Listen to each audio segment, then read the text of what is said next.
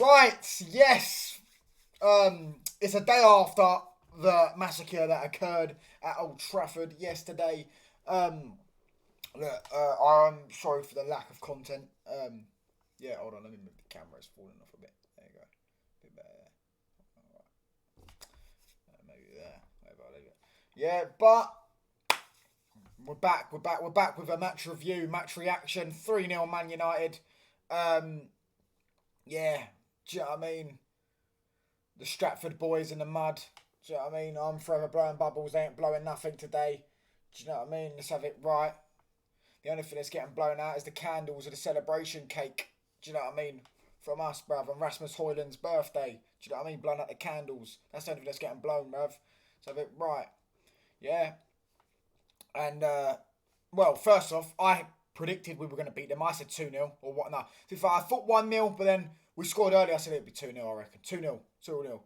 Got a third goal. So we won 3-0.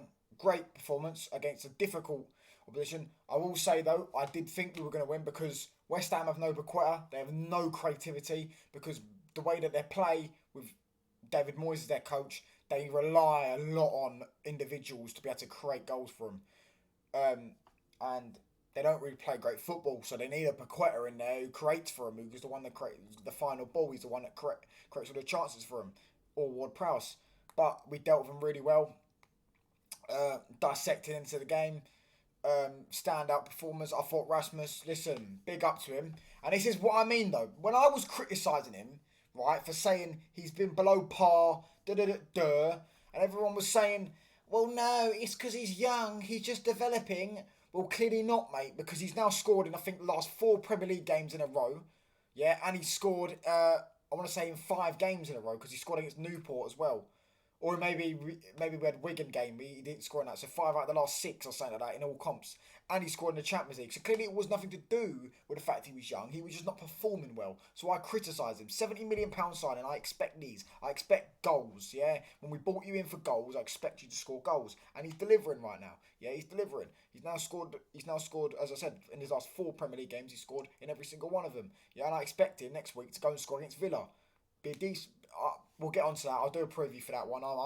That is a game I'm worried about. You know what I mean? Villa Park is a difficult place to go to, but do you know what I mean? We're Man United. We go anywhere. We don't fear no one. You know what I mean? Yeah. And it's nothing to do with age. The geezer weren't performing. I think that was down to confidence and the fact that he didn't. He had a hurdle on his back. You know that thing in your brain of you don't. Once he got, I knew when he got one over the line, he would start scoring more. I didn't think he would score one and then score four games in a row. I didn't think that. But I knew when he got one goal, I knew then it would keep happening. He would score. It's just a mind thing. I knew that, yeah. But the reason why he wasn't scoring was one because of him. He was not playing well, not scoring, not getting into the right positions, and not taking the chances.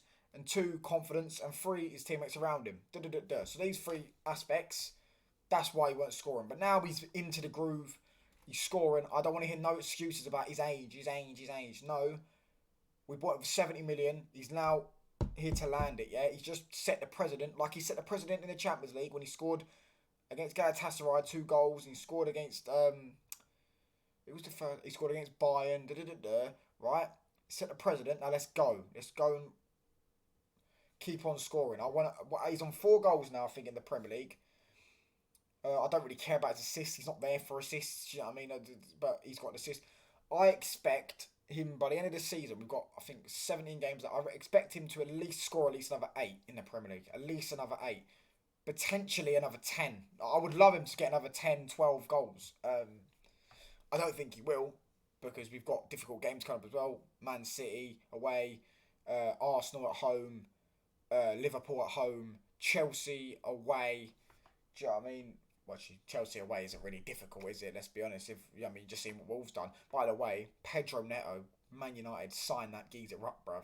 Yeah, he reminds me of young Ronaldo without the flair element. Just the way he's just so direct, yeah, and you just can't stop him. Like, and he's not like direct like Doku, yeah. With Jeremy Doku would be direct, but then he just has no control of a football. Neto has great control of a football like Ronaldo did. Yeah, which means allows him to be able to play the final ball rather than just get your head down and just smack it like as hard as you can. And I'll get him on, mate. Get him into United, mate. What a player he is. But, anyways, going off topic. Now into the player ratings. Onana made a great save early on. It was 0-0. Great save. Other than that, I can't really think of much he had to do. I'll give him a 7. Dallo, I'll give him a 7. I thought he played quite decent. Didn't have much to do, again, most of defensively. But going forward, I mean, he didn't do much forward. But, do you know what I mean? He just had a decent game, I think. Same with Shaw. Actually, no, I thought Luke Shaw played quite... he was all right. I give Luke Shaw a 7.5. I thought he was probably better than Dallo. Or maybe give Dallo a 6.5, Luke Shaw a 7. Yeah. And also, I thought Luke Shaw would probably get booked against Kudus, but he didn't. So, do you know what I mean? He clearly had a good game. Centre-back, Maguire, really good, to be fair. Really good. Great distribution. 7.5, I'll give him. Really good. I wasn't a fan of it, Varane getting dropped. Not because... whatever, bruv. I think Varane's getting scapegoated far too much by the manager, by the fan base. But we'll get on to that, actually, because there's a certain player I'm going to talk about next. But, yeah, Maguire, he was good today. Yesterday.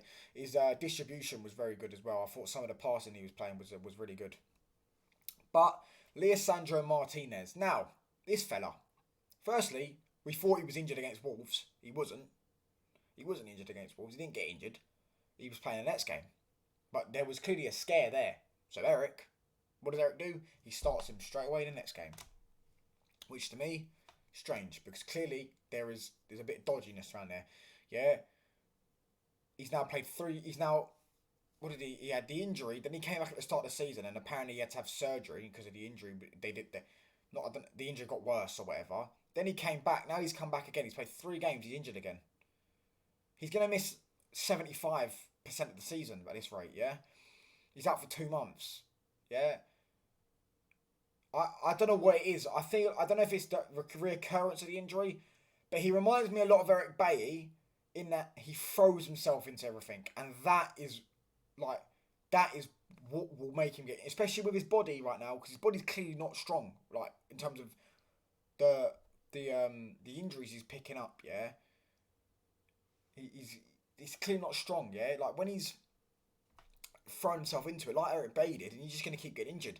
At this point, yeah, I can see it in 3 years' time. We're going to still be talking about Leandro Martinez as an injury-prone player. I can still see it. Listen, I hope he stays fit, because he's been brilliant since he come back.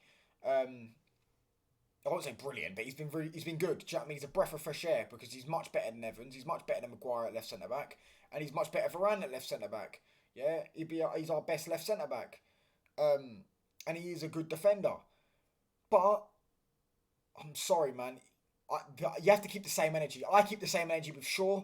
So why don't they keep the same energy with Varane, when they have for Varane? With Varane being injury prone and unreliable.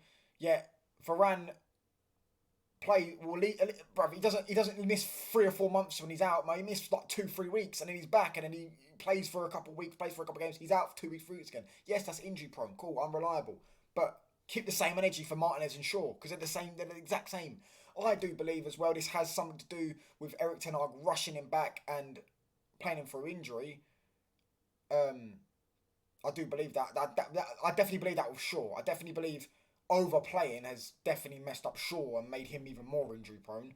But Leandro Martinez, listen, let's hope. Because we've seen players like Haaland had it a couple of years ago when he was at Dortmund. His last season at Dortmund. I mean, people saying he's faked injury. I don't believe that. He had a few injury scares and a few injury problems, but he overcome it. Hold on, just check the City score. He overcame the injuries, yeah. So hopefully we can. I don't know what type of injuries he had, but yeah, I don't know what type of injuries Haaland had at that time, but let's hope Leandro Martinez can come back. Do you know what I mean? It's just annoying, man, because we need another centre-back anyways, but we might even need 2 more centre-backs at this rate. And he's actually a good player. Do you know what I mean? He's actually a good player. He's not like... I don't rate Shaw, personally. Do you know what I mean? Luke Shaw, to me, don't rate him at all. Yeah, anyways, I need to carry on because we need to get through this. But Luke Shaw's injury-prone and I don't rate him, but I actually rate Martinez and I really want him to play because he's probably our best left centre-back. Super Kobe Mainu in the midfield. Just a standard 7, just a decent performance. Just Typical, mate. Great player. What a player we've got there. Unreal. Same with Casemiro. Give him a 7 as well. Do you know what I mean? He's not the most technically gifted on the ball. Who cares? Who gives a shit? Do you know what I mean? There's times where he's absolutely dragged us through, like stopped us getting hit on the attacks because he's so well at intercepting, and even got an assist from it. He intercepted the ball. Rasmus sends a defender. Bang, goal. Yeah, so 7 for Kobe Mainu and Casemiro.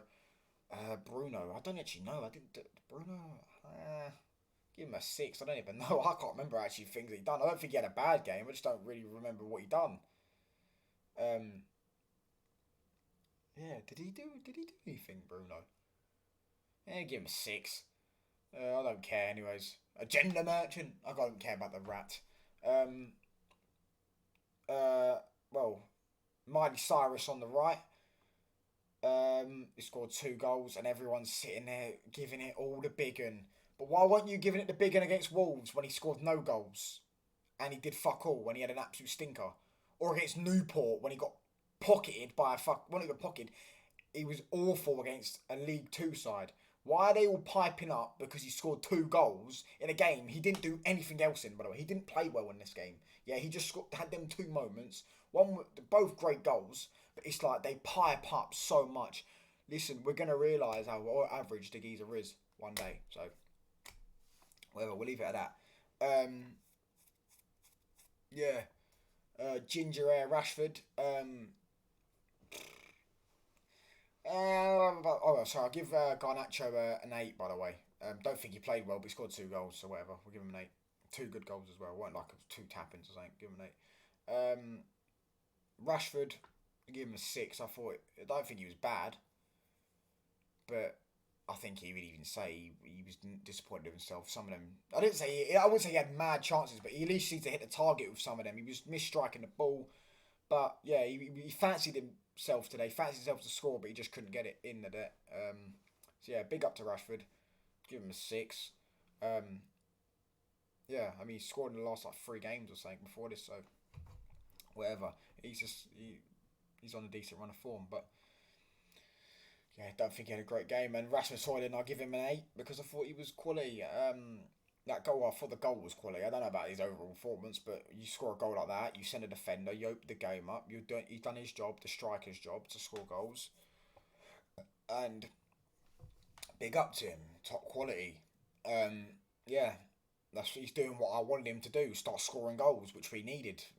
We need to win games. I mean, we need our striker, our £70 million striker, to score goals. We need our 350 grand a week winger, or not even a winger, inside forward, to score goals. We need this Miley Cyrus, Cristiano Ronaldo fanboy, yeah, who's probably got posters up on his wall. Probably wished him about happy birthday about 600 times. Probably bought him a cake. Do you reckon Garnacho's bought Ronaldo a cake or something? Or like, do you reckon he's definitely wished Ronaldo a happy birthday? You know what I mean? He's definitely gone Feliz Navidad, I think, or Feliz Cumpleaños or something like in Spanish to Ronaldo on the WhatsApp or something. Yeah, quality though, goal from Rasmus Højlund, and yeah, man of the match. I don't really have. I'll give it to Garnacho. Give it to Garnacho. Scored 2 goals. I mean, I would actually give it to Rasmus, but give it to both of them. The both of them probably, yeah, but they were the difference makers. Yeah, overall decent performance. Great result. That's a great result. Winning 3-0 against West Ham. Great result. Yeah. Villa next. I'll do a preview for that. That is the game. We haven't lost a game this year. We're now in February. But that could change next week. But we'll see. We'll see. No Martinez is what worrying me. Because if we had Martinez, I reckon we could go there and get a result. But we'll see. I was wrong about the Wolves game, wasn't I? I was wrong about the Wolves game. I was right about this one, but I was wrong about the Wolves game. I said we'll draw. And we almost did draw. But Super Kobe Mainu turned up. And I did say it would be 2-2. And it was 3-3. And then Mainu, yeah, brilliant. So, yeah. Preview coming up for the Villa game. Let's have it right. Up the Reds. 3-0 win, comfortable. We're moving up the table. Listen, if we win next week, top 4 races on, bruv. Do you know what I mean? For you top 4 merchants, I don't really care about top 4, but I would rather be in it than not. Do you know what I mean? Let's have it right. Thanks for watching.